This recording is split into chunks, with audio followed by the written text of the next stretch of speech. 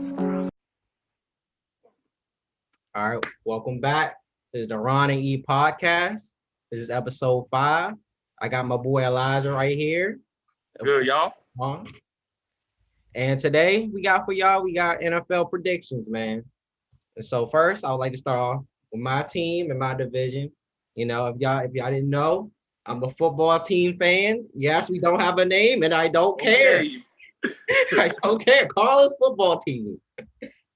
But this season, I mean, when our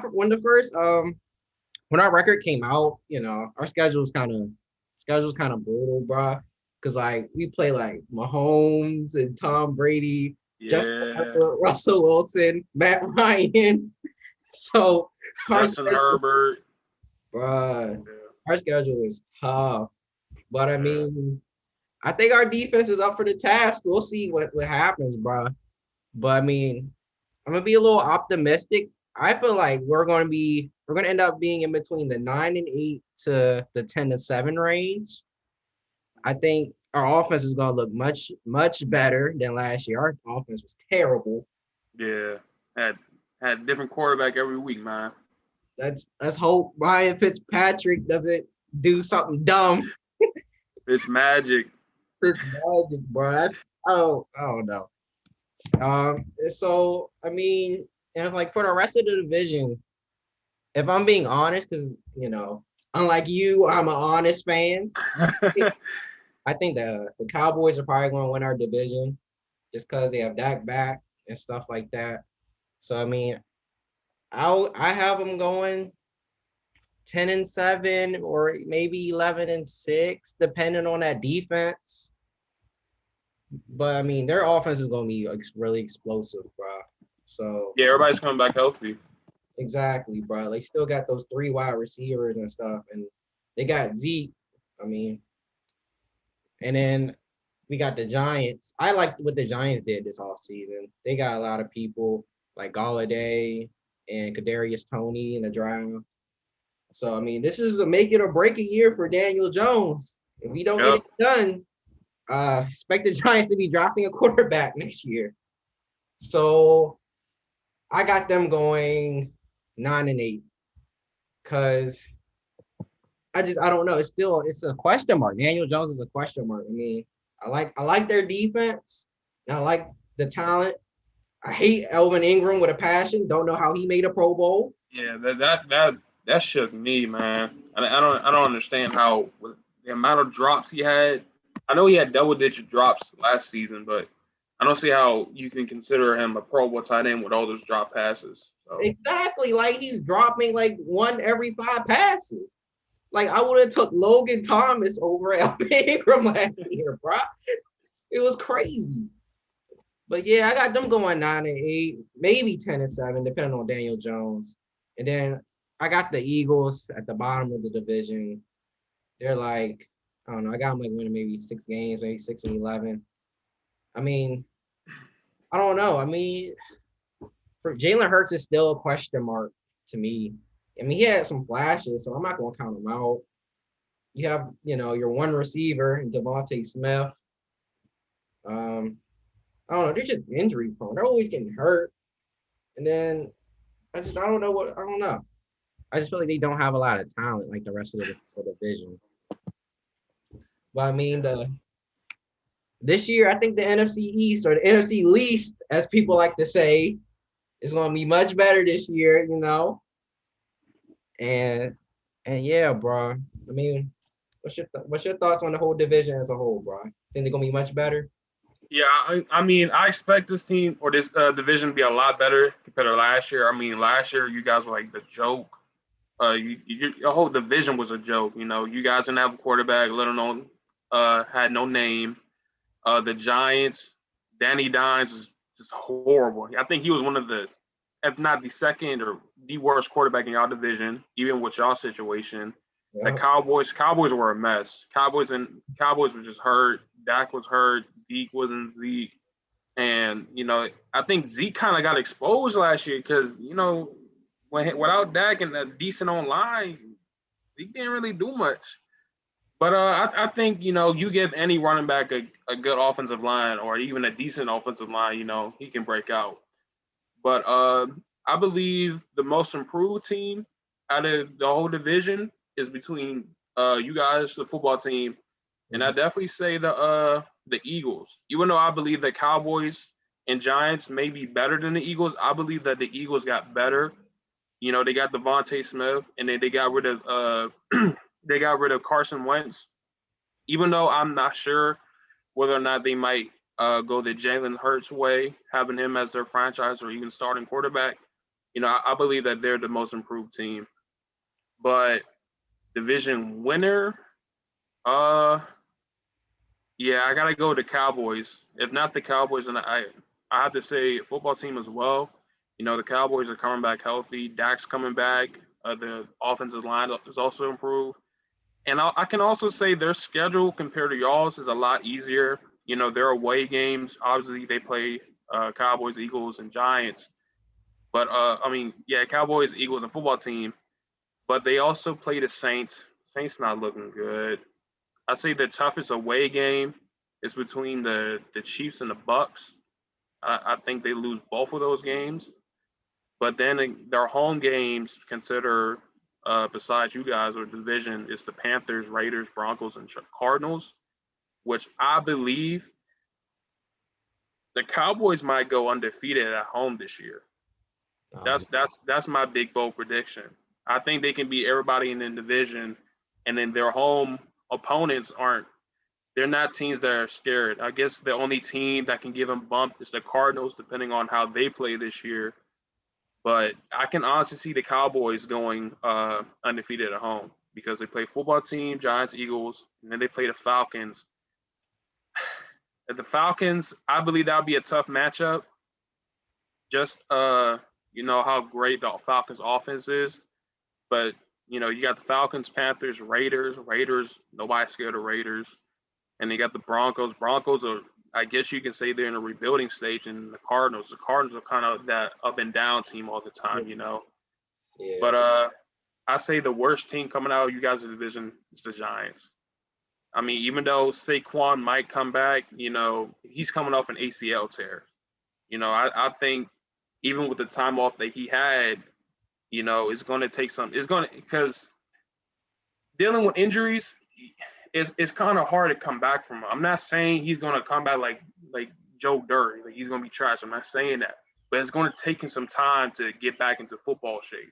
Because you can do all the off-season workouts, all the rehabbing that you want, but that football speed is different. You can't simulate football speed. You can't. You need to actually play games, which I believe that he's going to get a lot of reps in preseason, even though some Giants fans may not like that.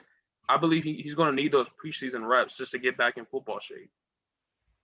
Yeah, I mean, I think Saquon gonna come back strong, bro. I mean, I love Saquon even as a Washington football team fan. I see him destroy us the past years, bro.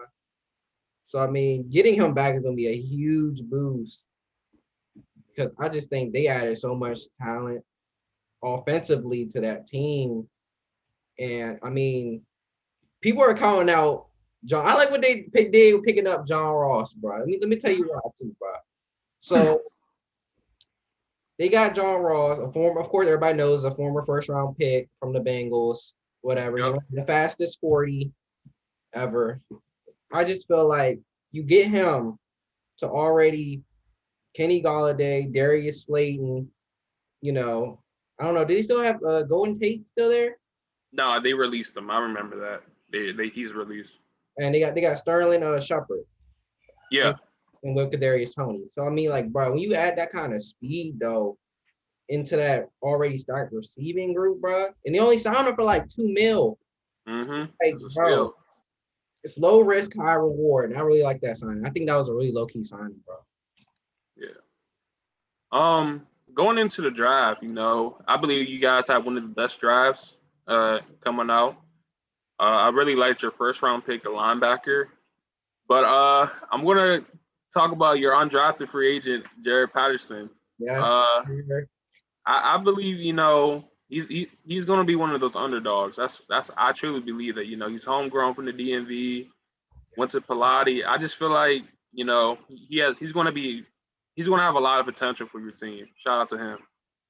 Yeah, bro. I was excited, bro. I remember that game, bro, in college, bro. He had what? Yeah. Over 400 yards or something, bro. He had like 7 TDs, bro. I mean, I'm excited for the dude, bro. I'm rooting for him, especially with short people like us, bro. If we don't get that spotlight everybody get, bro, we gotta grind for it.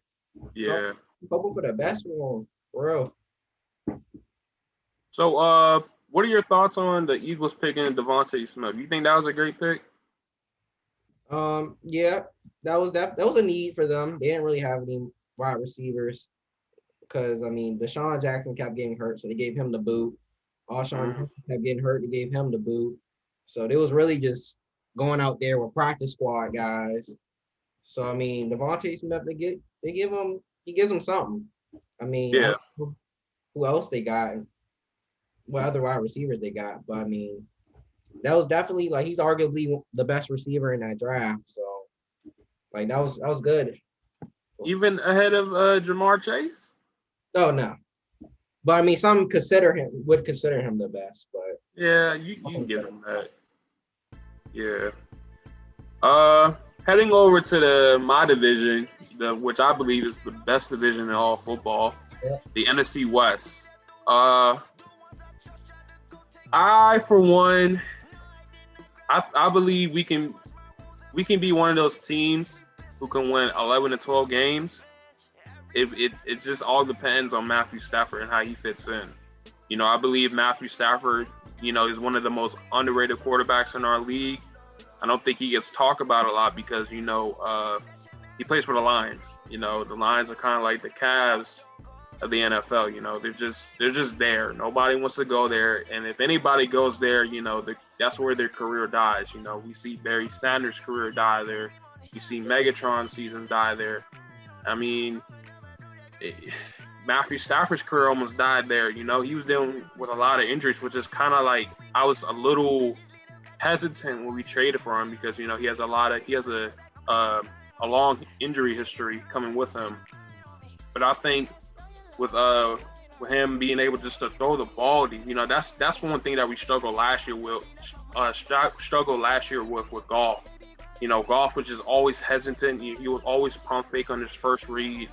He was just scared. We had a great offensive line. I just think for him, it was a confidence thing. Yeah. Goff he always felt like he was under pressure when he had more than enough time to make the first throw. And for him, he was always inconsistent. My favorite year with Goff was when we went to the Super Bowl and we took the Chiefs. I think everybody has to remember that game. Yeah. I think both teams combined scored over 100 points. We don't really see that nowadays because every team has at least a decent defense. And when you're able to score over 50 points on a team, that's demoralizing to a defense. But I think I wish him the best, but I think his best days are already gone, even in his young career. I don't see Goff having a season like that. I don't know. I don't think he's a leader. I'm not trying to bash Goff, but I don't think Goff can be the Lions leader, But record-wise, I believe we can win 11 to 12 games.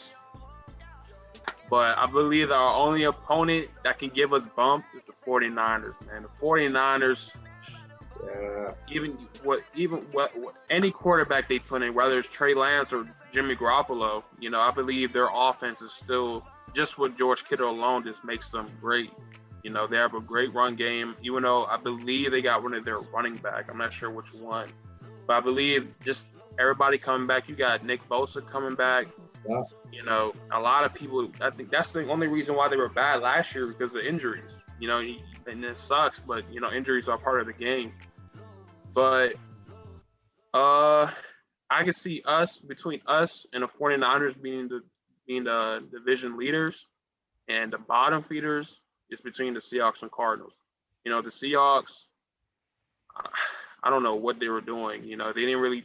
I didn't think they drafted to what Russell Wilson needs, which I believe, was going to just make him not want to be a part of the team. Even though Russell is a leader, you can only take so much BS from your front office when they're not helping you. You know, he's been asking for offensive line. He's been asking, even though he has DK and Tyler, you know, I believe he needs better wide receivers, give him more weapons, you know, but he's been asking him. His main problem with the Seahawks is just they have no offensive line. You know, I believe our second time before we played them in the playoffs, when we played Seattle, Leonard Floyd actually went off. I believe he had like 3 to 4 sacks that one game.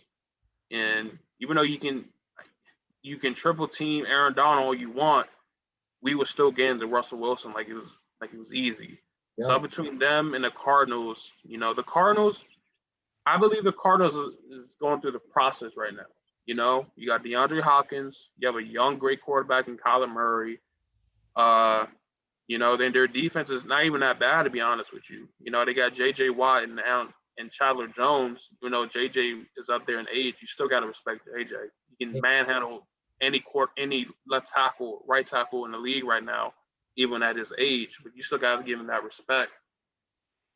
I see our only losses, really, I guess you could say the 49ers and the Packers. But I believe that Packers game is going to be a great game. You know, they beat us in the playoffs, even with Cam Akers going off and Devontae Adams going off on Adams, on not Adams, but on Ramsey, which I didn't think we really game planned enough for Devontae. But I believe, our only losses can come between the 49ers, Packers, and maybe the Titans, depending on if we can contain Derrick Henry. But yeah, that's my predictions. The Rams, 49ers winning it, and the bottom feeders is the Cardinals, really. I see the Cardinals of Seattle, depending on their own line, as the bottom feeders. Yeah, like in my opinion, like it's just like the Cardinals is such a hard team to really evaluate because it's like I'm waiting for Kyler Murray to take that next step. And I feel like he's going to end up taking that next step, which is going to elevate the whole team. Like the Cardinals have the potential to be really good. Mm-hmm. Also, it's just like you said earlier, they're up and down. Like last season, they were just up and down. Like I remember when they beat the Seahawks, and it was the first in the division at that time. And then like just out of nowhere, they started just losing to bad teams and stuff. And Kyler Murray got hurt, and like so just. And then like for the Seahawks, man, I mean, I don't know. I can't see Seahawks being a bottom feeder because of Russell Wilson. It's so hard because he's so good. He's the best quarterback in y'all division. So it's just tough. I don't know. But I know what you mean though about the help and stuff like that, bro. I mean, and then of course, 49ers. I've seen Kyle Shanahan like from personal experience because he coached here with us with the football team. And like, it didn't matter what quarterback he was drafting. I knew he was gonna be good. He's gonna make him good. Because I just didn't Kyle Shanahan that much. But the 49ers gonna be tough. You just want to say something? Yeah, I say the reason why the Cardinals can be the main bottom feeder in our league is Cliff Kingsbury. You know, I think he's really the downfall because when you look at their offensive scheme, they put Kyler in such bad situations, even with us. And I remember the last game we actually played them in, they didn't really play Kyler because I think both our I know Goff was hurt. We had our backup quarterback in, and Kyler was also hurt, and they put in their quarterback. You know, I believe it was some tall dude just tatted up, man. We didn't know who he was, man. We was like, who is this? And you know, they put Kyler in, right? But he was hurt. He couldn't run. You know, they I don't know what play. I believe it was a QB run, if I'm not mistaken. And he had like some type of leg injury. And it was a QB sneak, and he was in shotgun, and they tried to make him run. You have your franchise quarterback in there with a leg injury. You're going to make him do a QB sneak. and I don't even think he got nowhere near the first round or the first down yard line. So Yeah. it's just really for me, it's going to be the Cardinals head coach. Is going to be really their downfall. So you think the reason why they're not good is because of their head coach? Their head coach and their offensive scheme. I don't really think they're using D Hop to their full potential. You know, obviously D Hop is a top 5. You can even say it the number 1 wide receiver in the league for some people, but you know, I don't. He's that great that he can make any scheme fit to him. But I don't believe that the scheme that they're using is the best one to get the best out of him, or get the most out of D Hop. You know, they're giving him these routes where he's like going out of bounds or stuff like that. Where you want him in the middle of the field, getting open, just making all those plays. That's just me watching film on the Cardinals. I don't believe that they're really using him to his full potential. Yeah. I mean, this is his second season as a head coach? That past season? So, I mean, I believe either his second or third, because I remember came in with yeah. So, yeah, we'll see what happens next season. I see so much potential in that team, but it's just like I don't know. You really can't expect anything from the Cardinals. Yeah, it's just so. I don't know, man. They're just. They have a lot of small problems, and those small problems build up to create this one big problem, which I believe is just their head coach. I don't know if it's because it's kind of like, for me, it's the same way how I feel about teams that have young quarterbacks and you already give up on them on year 2, like how they're doing Tua right now and Danny Dimes and even Josh Rosen. Even though he was trash, you know, I just believe that he wasn't in the perfect, or he not the perfect, but the best. They didn't put him in the best position to succeed. So, you know, I think they should do that with head coaches as well. You know, they give head coaches so many chances. Even with Jacksonville, you know, with them signing Tim Tebow, I don't even believe that Tim Tebow is going to make the 50-man roster. If he does, it's just simply because his history with Urban Meyer. I don't believe that Tim Tebow should be in the league right now. And this even goes to the Colin Kaepernick thing. It doesn't make sense for a player that's been out for more than 10 years to be on a starting roster. If he's on the starting roster on week 1 and he's not cut, we gotta label Tim Tebow as a GOAT. Because if you're off for 10 years doing baseball and college football and analyst, you should be considered the GOAT. Because ain't no way in hell you can come back after 10 years and think you're gonna be a starting tight end in the NFL. If that's the case, then NFL ain't all that as we think it is. And I can go to the NFL right now. And come on, man. There's just no reason why Tim Tebow should be on the NFL roster right now. No way, bro. So you don't think he's gonna be good at tight end? No, hell no. Ronald, I don't think you gotta understand. As a tight end, you gotta be able to both block and run routes. I don't think Tebow can do any of that right now. Now, if we was back in freshman years, even sophomore year, when he was playing quarterback with either not the Lions, but the Jets or the Broncos, I could say, all right, yeah, you can put him at tight end now. It's too late. If he had a prime, he's been past his prime. If he even had a prime, I don't even think Tebow should be.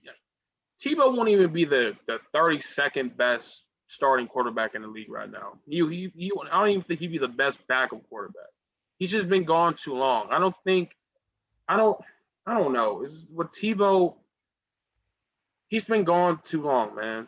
You can't tell me that a dude that's been gone for 10 years, hasn't even practiced for football, is just going to come in there and just start a tight end or even be a backup tight end. Now, if they would have signed Tim Tebow to like a mentorship role, as not even as a player, but like as a coach, I'd be like, okay, that's the perfect situation for him as a mentor. Like, even if y'all bring back Alex Smith and have him come back as like a mentor to wherever young quarterback y'all get in next year's draft, hopefully y'all get one. But No, as a player, you can't tell me that Tim Tebow is gonna go out there and block any defensive end or linebacker and feel like the quarterback's gonna feel safe with that. I don't think Trevor Lawrence is gonna feel safe knowing that Tim Tebow is blocking their blitzing linebacker. I wouldn't. I'm playing center guard. I wouldn't feel safe. Yeah, bro, that's gonna be something to watch out for this season. Yeah, I watch think out he's for gonna Tim make Tebow more. blocking, man. Yeah, watch out Tim Tebow running some slants. Yeah, okay. Ain't nobody worrying about no Tim Tebow. They give that man a meal for free. They give him a bag for free. They gonna cut him in like 2 weeks, heading into training camp, man. I'm not worried about no Tim Tebow. Oh That's man, he gonna make the roster too. Tebow ain't gonna make. If Tebow make the roster, I'll man. I don't know what I'll do, man. Just know that Tim Tebow not making that 50-man roster. Come week one, he's going to be cut. I'm not trying to wish nothing bad on him. You know, he's a great analyst. I guess a great minor league baseball player. I don't even know he made that, but I don't see Tim Tebow making it day one as their backup or third string practice squad, whatever it's tight end. I just don't see it, man. I don't see it either, but I just feel like with that connection with Urban Meyer, he gonna find a way. And that's what Shannon. And I was watching this video about Shannon. You have to watch the way you talk to people because they're going to be thinking like, okay, maybe he can hook me up later down the road. I think Tebow took that to the extreme with Urban Meyer, thinking, maybe he can put me on the NFL active roster. You ain't gonna do that, man. Come on, man. You know better. I think Tebow. There's no way that Tebow didn't at least think, dang, I'm gonna be blocking linebackers twice my size. Shannon Sharp couldn't even do that on a consistent rate. What makes you think Tebow gonna do that? Come on, man. Tebow won't be gone before week one. Hey, let us know down in the comments how well y'all think Tim Yeah, Tebow. Man. comment how long do you think Tim Tebow is gonna last in NFL? Come on, man. Next topic, man. Oh, all right, man. Well, we got. I know. It's a little early to predict these kind of things, stuff like that. But I mean, as of today, what's today? May 16th. Who do you think will win the Super Bowl?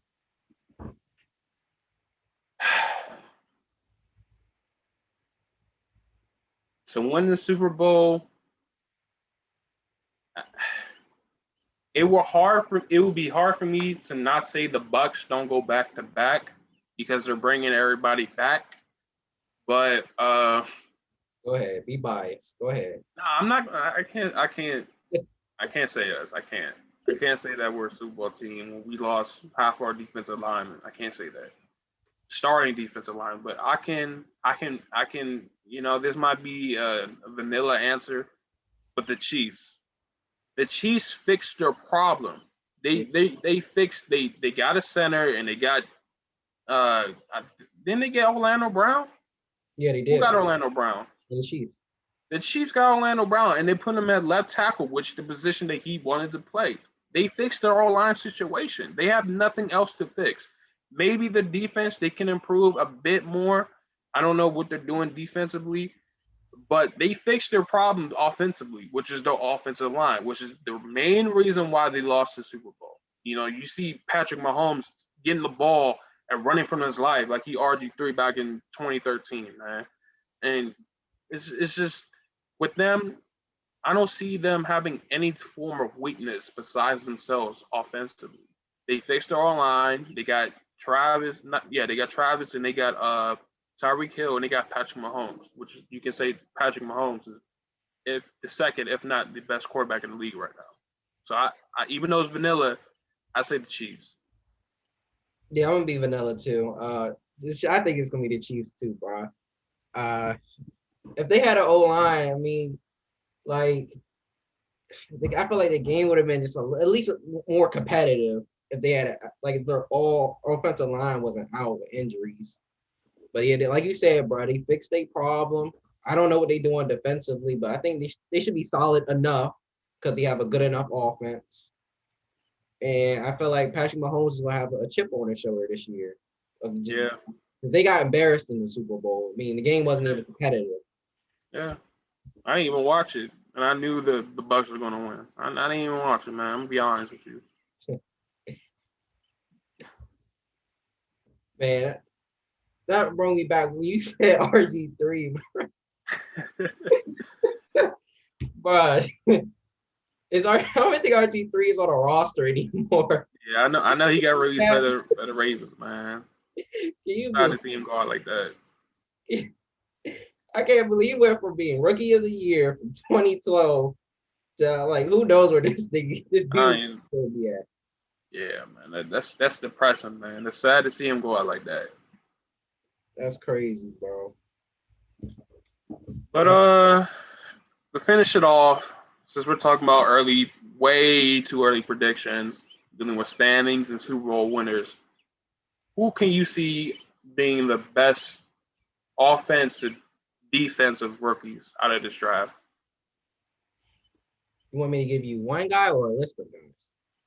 Just one guy, both from offense and defense from this year's draft class. Who's going to be the best? Offensively, man, this is tough. I'm gonna go out and I'm gonna say between Trevor Lawrence and I'm gonna go with, bro. I want to say Jamar Chase so bad, but how's he even gonna get the ball? So I was about to say, man. I'm gonna go with. I'll go with Devontae. I'll go with Devontae. I'm gonna throw him out there. He's. I know. You know, Jalen Hurts is still a question mark. Mm-hmm. But, I mean, it's literally Devontae or bust. So he's gonna be the number one guy. He's gonna be getting most of the targets. They'll find a way to get him open, scheme him up. Yeah. But defensively, it's gonna be between Michael Parsons and I'm gonna say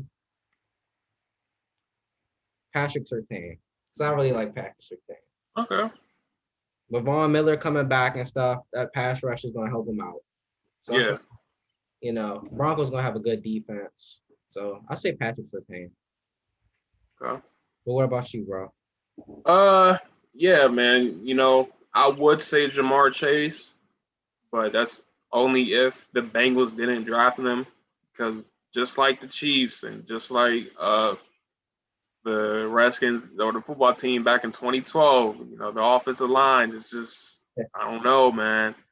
You know, I don't know why I would have been cool if they picked dude from Oregon, the guard or tackle from that the Lions picked up. I don't know why they didn't go that route, but hey. But I'm gonna go with the underdog, and this might surprise some people. For offense, I say Trey Lance. Because if you put Trey Lance in a system where you have George Kittle and a great run game, how can you not succeed in that? You know, obviously Garoppolo can't succeed in that, but that's Garoppolo. Nobody's saying that Garoppolo's it's Garoppolo, man. Yeah. But you know, I say Trey Lance because yeah, like I just said, you give him Kittle a great run game. There's no way you can't succeed. But defense, I say the linebacker. I believe his name is Micah Parsons. Yeah. The linebacker from Penn State. The job that the Cowboys picked up. You know, the Cowboys needed him. I believe one of their linebackers got retired, right? Tell me out. Sean Lee. Who? Yeah, Sean Lee retired. I believe it's because of concussions. But I believe, you know, even though they probably needed a defensive back, even with Diggs, you know, but I believe that Micah Parsons, you know, because right now you're seeing a lot of linebackers being more considered as a hybrid. You know, they can play defensive end and they can cover. You know, but I believe that he fills that void that the Cowboys needed badly. Yeah, for sure, bro. I mean, because in the draft, like the Cowboys, they wanted to take a corner, but J.C. Horn and Patrick Surtain got taken like right there, like boom, boom, in front of him. So, I mean, that's unfortunate. They still got a great player though. I think he's gonna be the defensive rookie of the year for sure. Yeah. Hey, don't count out my man, Jarwin Day. Jarwin. Yeah. My man. But yeah, that's gonna cap it off for this episode, episode 5 of the Ron and E podcast. Next episode, we're gonna be talking about the NFC South and the NFC North, and then soon after that, we'll get into the AFC divisions and give our predictions about those teams' records. Yep, and look out for NBA content. We'll be coming out with some brackets soon once all these standings settle, bro. So look out for that. But all right, y'all. Thank you for watching. Like, comment, subscribe, y'all. We out. Peace.